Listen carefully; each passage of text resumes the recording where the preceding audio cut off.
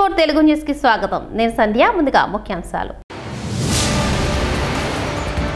జమ్మూ కాశ్మీర్ నుంచి 4 రాజ్యసభ స్థానాలకు ఎన్నికలు ప్రకటించిన ఈసీ.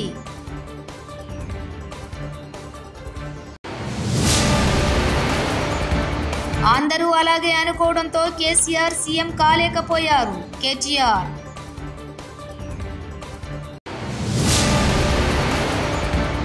విజయవాడ దుర్గమ్మను దర్శించుకున్న ఉపరాష్ట్రపతి సిపి రాధాకృష్ణన్.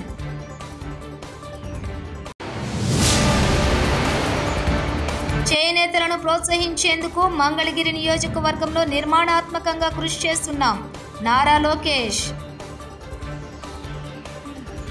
జమ్మూ కాశ్మీర్ నుంచి 4 రాజ్యసభ సీట్లకు ద్వైవార్షిక ఎన్నికలను ఎన్నికల కమిషన్ బుధవారం నాడు ప్రకటించింది. 2021 నుంచి ఖాళీగా ఉన్న ఈ రాజ్యసభ స్థానాలకు అక్టోబర్ 24న ఎన్నికలు జరగనున్నాయి. అదే రోజు సాయంత్రం పోలింగ్ ముగిసిన గంట తర్వాత ఓట్లు లెక్కించి ఫలితాలు ప్రకటిస్తారు. రాష్ట్రంలో ప్రజాప్రభుత్వం అధికారంలోకి వచ్చాక బెస్ట్ క్వాలిటీతో మంచి ఫ్యాబ్రిక్ డిజైన్తో విద్యార్థులకు అత్యుత్తమమైన కొత్త యూనిఫామ్ ఇచ్చాం. బాయ్స్ గర్ల్స్ ఒకే విధమైన యూనిఫామ్ ఇచ్చాం. టెండర్ విధానం పారదర్శకంగా నిర్వహించాలని చెప్పాం. దీంతో గత ఏడాది సర్వేపల్లి రాధాకృష్ణన్ పేరిట విద్యార్థులకు అందించే కిట్స్, గుడ్లు, చిక్కీలలో 200 కోట్లు ఆదా చేశాం. ఇదే విధానాన్ని అమలు చేసి 5 ఏళ్లలో 1000 కోట్లు ప్రభుత్వం ఖజానాకు ఆదా చేస్తాం. ప్రజాప్రభుత్వం అధికారంలోకి వచ్చిన తర్వాత గౌరవ ముఖ్యమంత్రి గారు చేసిన తొలి సంతకం మెగా డిఎస్సి అధ్యక్ష. 5 సంవత్సరాలు ఎక్కడ గత ప్రభుత్వం ఒక్క డిఎస్సి కూడా ఏర్పాటు చేయలేదు అధ్యక్ష. సో సుమారుగా 16,000 మంది ఉపాధ్యాయులతో మెగా డిఎస్సి మన ప్రభుత్వం ఏర్పాటు చేసిన అధ్యక్ష. ఇక్కడున్న గౌరవ సభ్యులందరి సహకారంతో 2025లో నోటిఫికేషన్ చేశాం, ఎగ్జామ్స్ నిర్వహించాం, సర్టిఫికేట్ వెరిఫికేషన్ చేశాం. రేపు ఉపాధ్యాయులందరికీ లెటర్స్, అపాయింట్మెంట్ లెటర్స్ మనం అందజేయబోతున్నాం అధ్యక్ష. ఇది చాలా గర్వకారణం. కూటమి ప్రభుత్వాన్ని తొలి విజయం ఇది. ఎందుకంటున్నానంటే ఎప్పుడు డిఎస్సి నోటిఫికేషన్ ఇస్తే స్టే వచ్చేది, ఇలాంటి ఇబ్బంది పెట్టేవారు అధ్యక్ష. ఇప్పటికీ సుమారు వైకాపా నాయకులు 100 కేసులు వేశారు అధ్యక్ష. దీన్ని 100 కేసెస్ వేశారు డిఎస్సి పైన. 80% డిఎస్సి ఆపాలి, జరగకూడదు అపాయింట్మెంట్ అని వాళ్ళు కేసులు వేశారు అధ్యక్ష. కానీ నోటిఫికేషన్ పకడ్బందీగా ఇచ్చాం కనుకనే ఎక్కడ ఒక్క స్టే కూడా రాలేదు. చాలా పారదర్శకంగా నడిపిస్తున్నాం అధ్యక్ష. తెలంగాణలో ప్రజలంతా స్థానికంగా మా ఎమ్మెల్యే ఓడిపోయినా కేసీఆర్ మళ్లీ సీఎం అవుతారని ప్రజలు అనుకున్నారు. అయితే అందరూ అలాగే అనుకోవడంతో కేసీఆర్ సీఎం కాలేకపోయారని బీఆర్ఎస్ వర్కింగ్ ప్రెసిడెంట్ కేటీఆర్ అన్నారు. బంగారు పళ్లెంలో పెట్టి ఇచ్చిన తెలంగాణను ఆగమాగం చేశారని ఆయన చెప్పుకొచ్చారు. ఈయన చేతులు ఏముంటుంది? అట్లాగే ఇప్పుడు నిన్న మీరు చూసిండ్రు పక్కకు కర్ణాటకలో ఆల్మట్టి డ్యామ్ హైట్ పెంచుతుండ్రు 5 ఫీట్లు. ఒక్క డ్యాము ఆల్రెడీ కట్టి ఉన్న డ్యాము 5 ఫీట్లు పెంచుతందుకు వాళ్ళు ఎంత ఖర్చు పెడుతున్నారు ఎరికేనా? 70,000 కోట్లు ఒక భూసేకరణకే. 70,000 కోట్లు. అదే కేసీఆర్ గారు 40 లక్షల ఎకరాలకు నీళ్ళు ఇచ్చే ప్రాజెక్టు, దాని మీద 93,000 కోట్లు ఖర్చు పెడితే తిన్నాడు 1,00,000 కోట్లు తిన్నాడు, 1,00,000 కోట్లు తిన్నాడు, వేసుకపోయింది ఇంట్లోకి. మనం ఎప్పుడైనా ఆలోచించినామా కనీసం? అరే 93,000 కోట్లు ఖర్చు అయిన ప్రాజెక్టులో 1,00,000 కోట్లు ఎవడెట్లా తింటాడు? మరి 1,00,000 కోట్లు ఈయననే తింటా బరాజులు ఎవడు కట్టిండు? ఆ పంప్ హౌజులు ఎట్లా కట్టిర్రు? ఆ సొరంగ మార్గాలు ఎట్లా కట్టిర్రు? మరి ఆ మొత్తం కాలువలు ఎట్లా కట్టిండ్రు? గన్ని రిజర్వాయర్లు ఎట్లా వచ్చినాయి? గిన్ని నీళ్ళు ఎట్లా వస్తున్నాయి? ఇలా భూమికి బరువు అయ్యేంత పంట ఎడికెళ్ళి వండుతున్నది అని ఎప్పుడైనా కూర్చొని ఆలోచించినవా? ఇక తిన్నాడట అంటే తిన్నాడు, తినే ఉంటాడు. ఇదిగో పూలంటే అది గొప్ప ఒక అడిగినోడు లేడు, చూసినోడు లేదు. ఎవరు పడతా వాళ్ళు ఏది పడతారు చెప్పుడు, మనం నమ్ముడు. ఆయనతో పోయి బాయిలో దుంకుతున్నామా, బొందలో దుంకుతున్నామా, ఏది చూసేది లేదు, పోయి దుంకుడేనే. నల్గొండ జిల్లాలో పోలీసులు 3rd డిగ్రీ ప్రయోగించిన గిరిజనుడు సాయి సిద్ధును పరామర్శించిన మాజీ మంత్రి ఎమ్మెల్యే జగదీష్ రెడ్డి. బీఆర్ఎస్ నేతలు యూరియా కోసం ధర్నా చేసిన యువ రైతు దానావత్ సాయి సిద్ధును దారుణంగా కొట్టడం బాధాకరమని, అతనికి అండగా ఉంటామని హామీ ఇచ్చిన జగదీష్ రెడ్డి.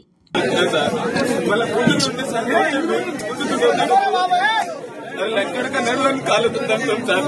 మళ్ళీ ముందుతారా ఎవరికైనా చెప్తారా? చెప్తే నిన్ను చూసుకుంటా. ఎందుకంటే ఎవరికైనా చెప్తా డాక్టర్లు జడ్డులని మీ వాళ్ళకైనా చెప్తే నీ సంగతి మొత్తం ఎట్లా భయపెట్టింది సార్. పోలీస్ స్టేషన్ పోవాలన్నా భయం అవుతుంది సార్. నాకైతే సైన్ పెట్టడానికి పోతే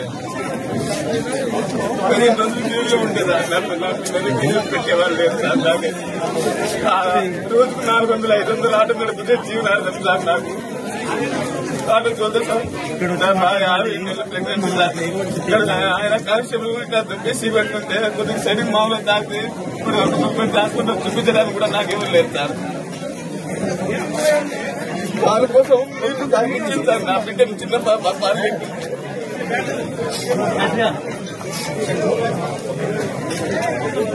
వీడియో చూపిస్తున్నారు.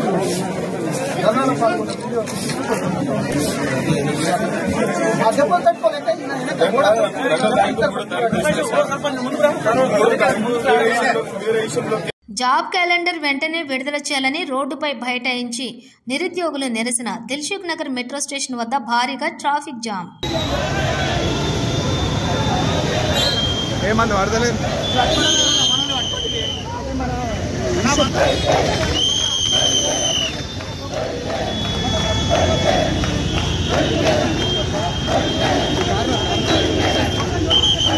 మతి మతి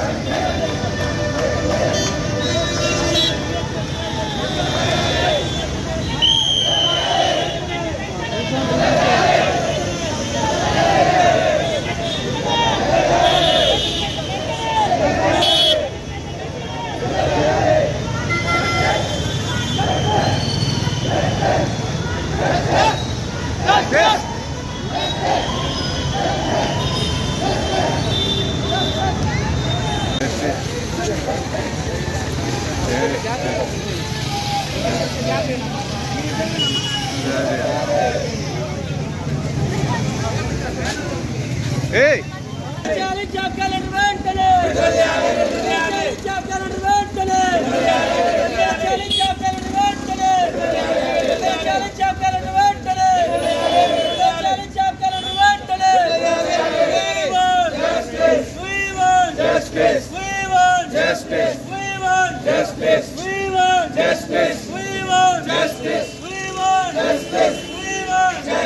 కేసీఆర్ గారి హయాంలో ఒక ఎకరం భూమి ఉంటే ధనవంతుడు, కాంగ్రెస్ హయాంలో ఒక యూరియా బస్సు ఉంటే ధనవంతుడు అయిపోయింది. ఇప్పుడు ఒక యూరియా బస్సు ఉంటే ధనవంతుడు అయిపోయింది.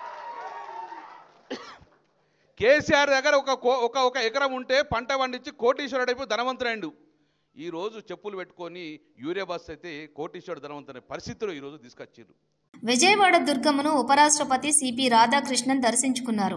ఆలయ అర్చకులు వేద మంత్రోచ్చరణాలతో ఘన స్వాగతం పలికారు.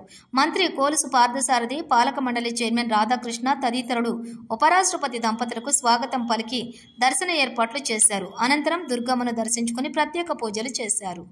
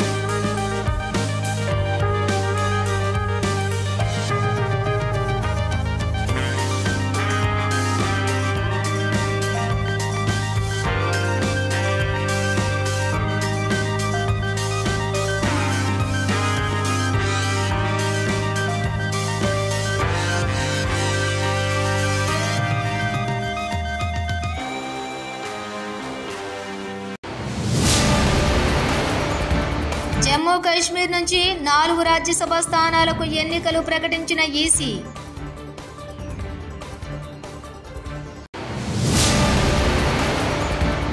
అందరూ అలాగే అనుకోవడంతో కేసీఆర్ సీఎం కాలేకపోయారు. కేటీఆర్.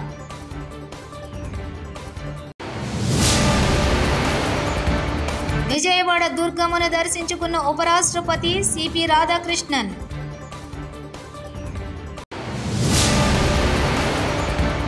చేనేతలను ప్రోత్సహించేందుకు మంగళగిరి నియోజకవర్గంలో నిర్మాణాత్మకంగా కృషి చేస్తున్నాం. నారా లోకేష్. TS4 తెలుగు న్యూస్ ఇంతటితో సమాప్తం. చూస్తూనే ఉండండి TS4 తెలుగు ఛానల్.